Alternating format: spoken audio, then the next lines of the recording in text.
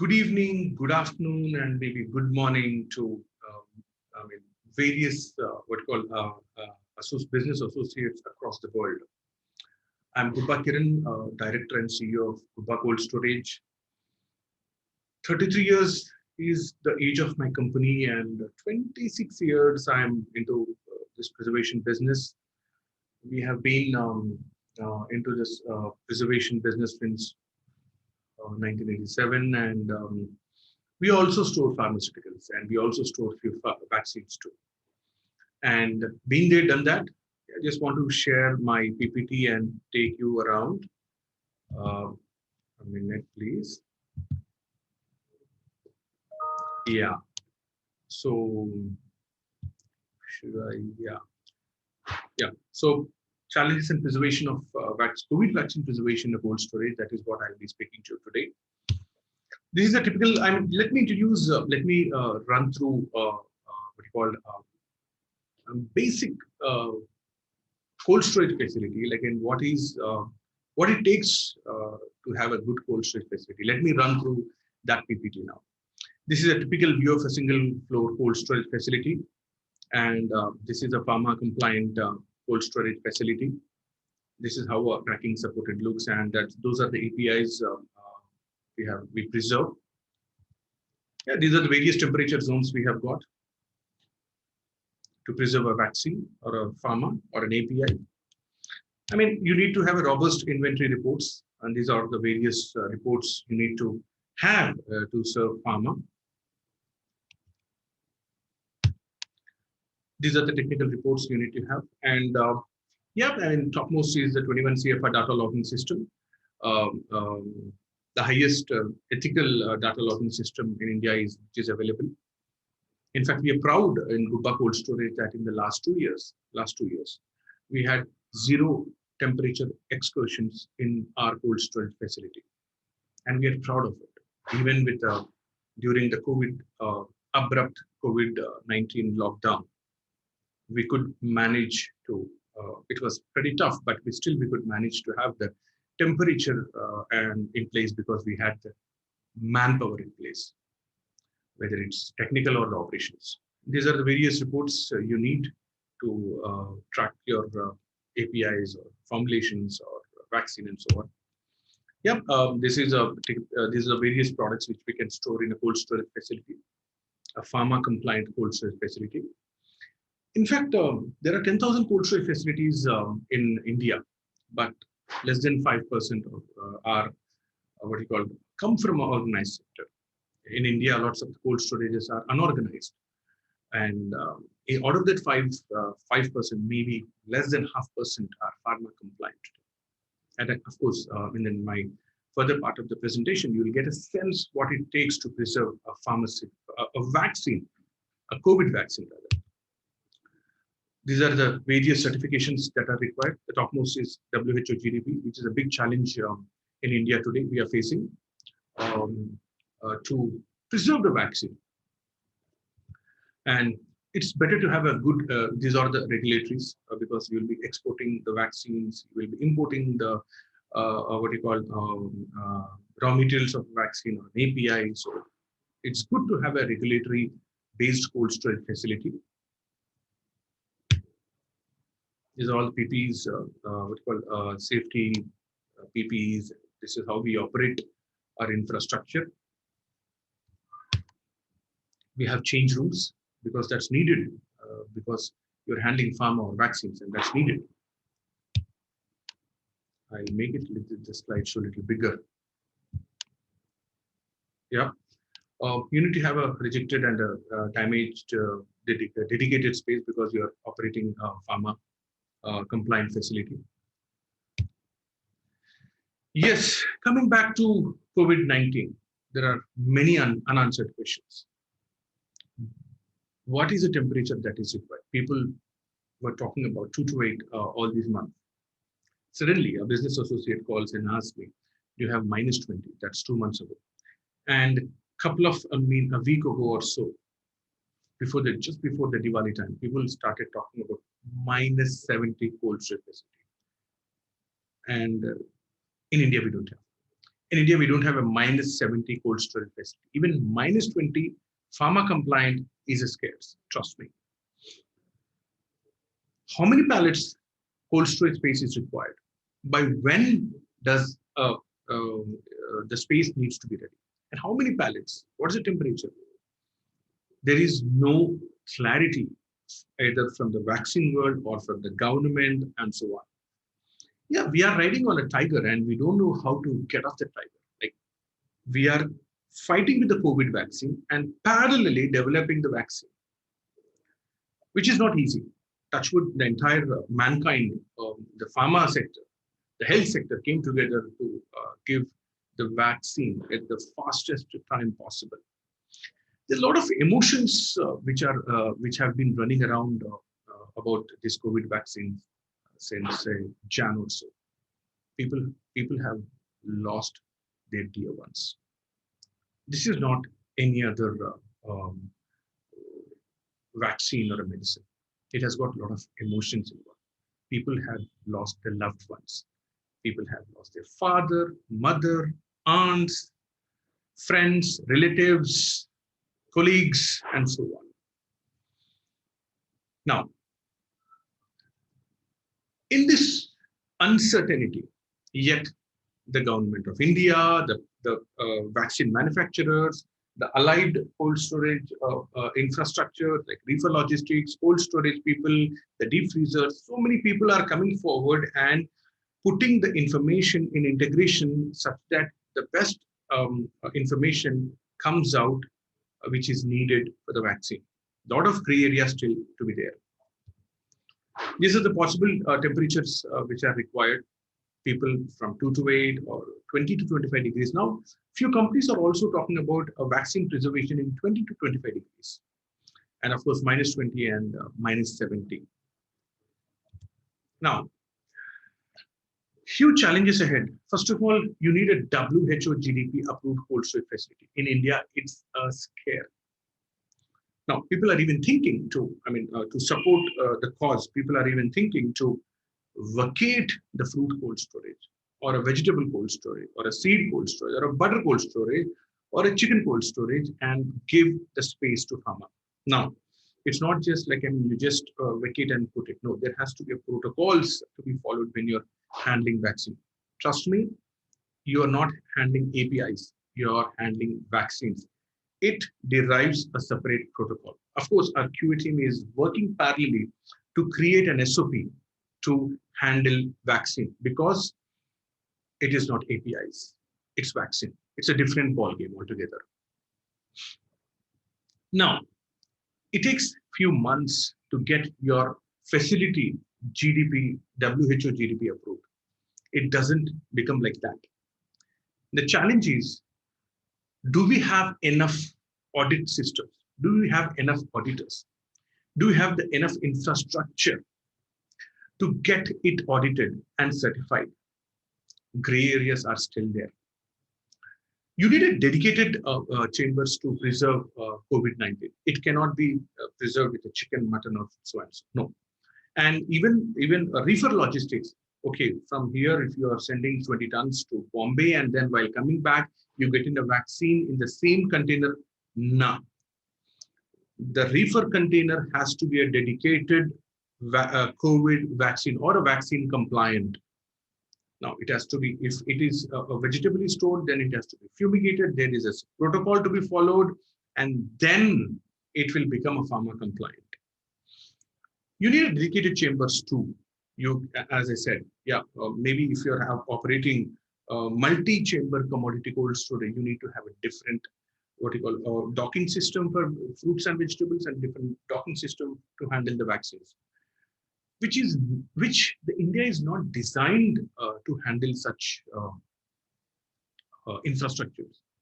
Now, but parallelly, the private sector and the government started working on hand in glove to look how we can possibly bring out the best solution to this scenario.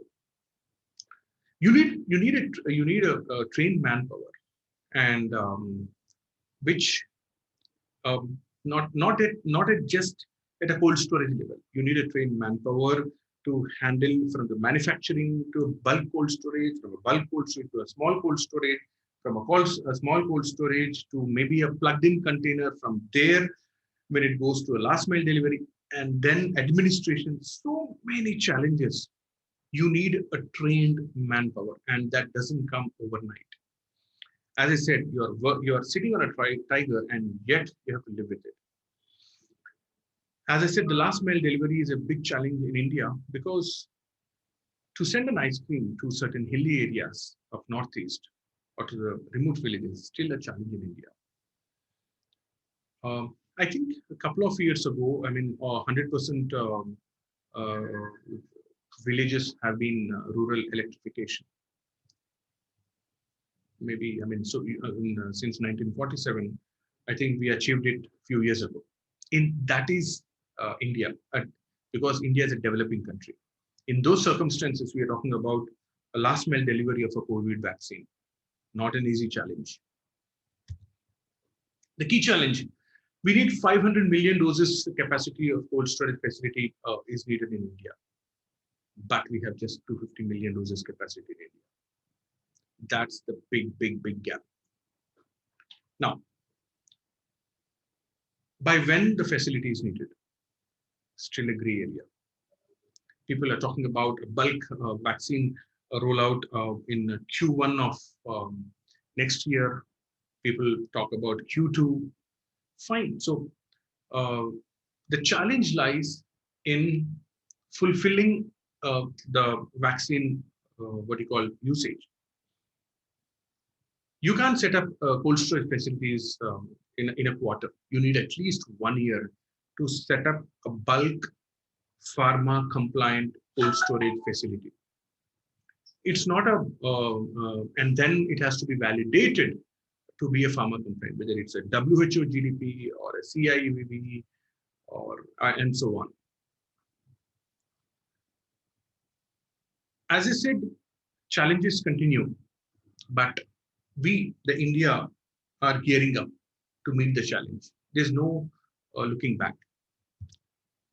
Yeah, this is what typically it may look like a bulk cold storage facility, which maybe in the major cities maybe goes up to 5,000 pallets or 10,000 pallets or 2,000 pallets each facility, and then that's divided into a smaller cold room for the secondary distribution to the smaller cities, and then in towns, a scenario is emerging to have a plug-in reefer containers in towns, and from there in an ice box for the last mile delivery, which goes to the villages or administering to the final man.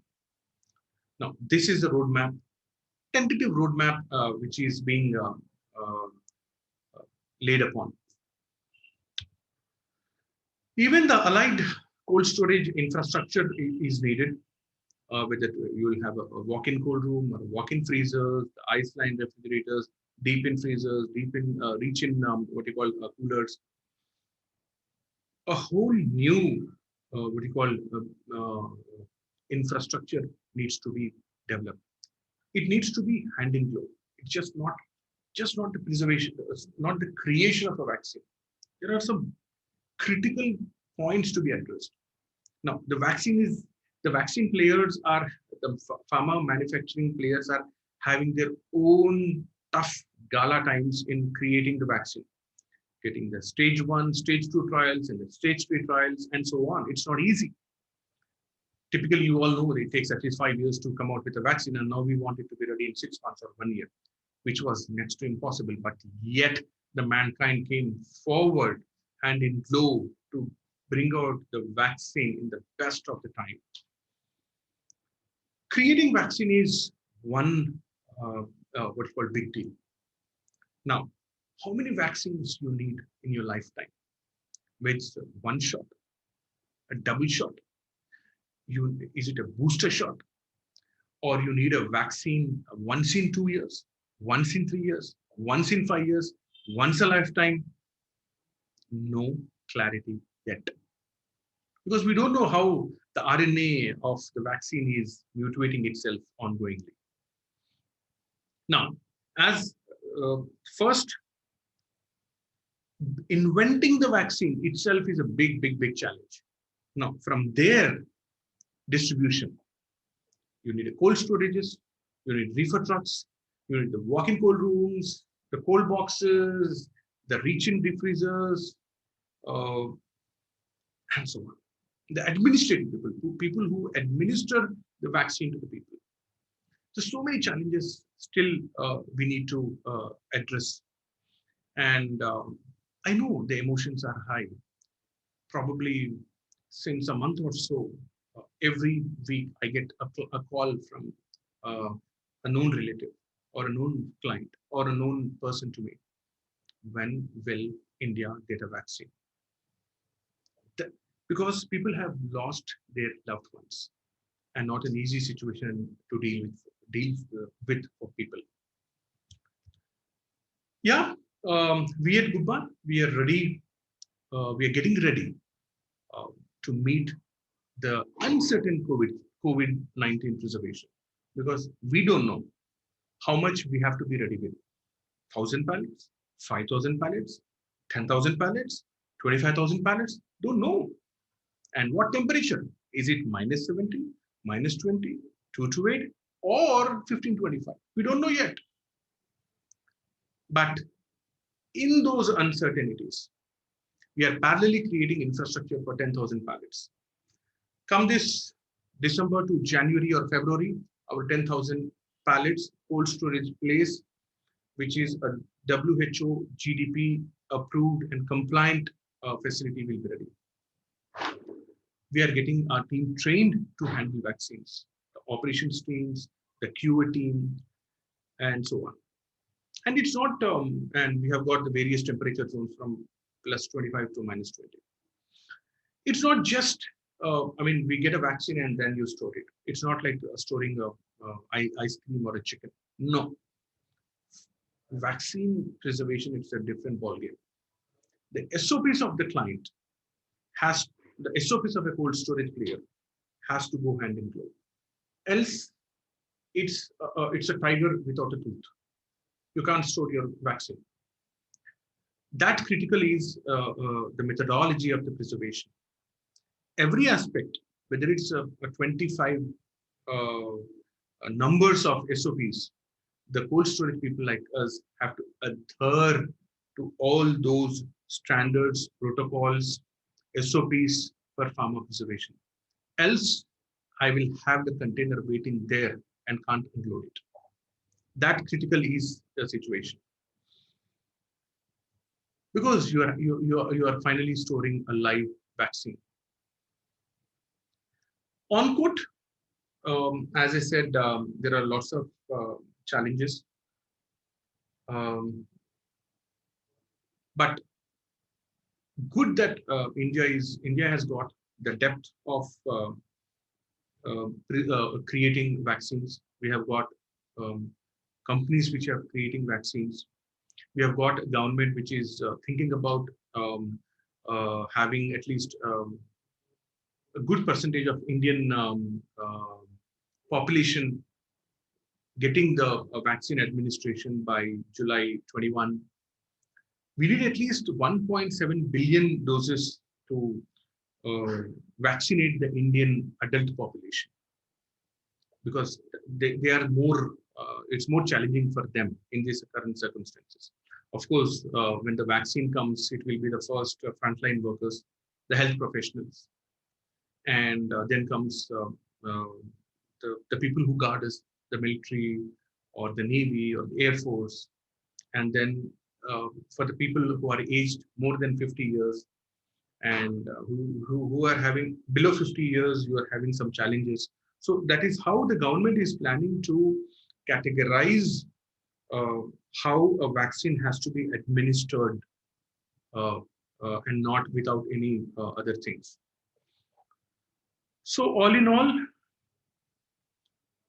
it's a challenging situation to the world.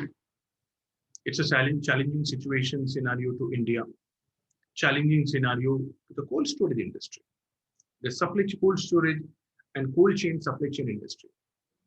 And yes, we are gearing up. We are looking at the uncertainties. We are experiencing the uncertainties. And yes, the pharma industry, with the cold storage and the cold chain supply chain industry are equally gearing up to plan and look what's needed to ensure that the vaccine reaches the final man. We are all putting the best efforts, the artificial intelligence, the equipments, and so on. Let's hope for the best. And thank you.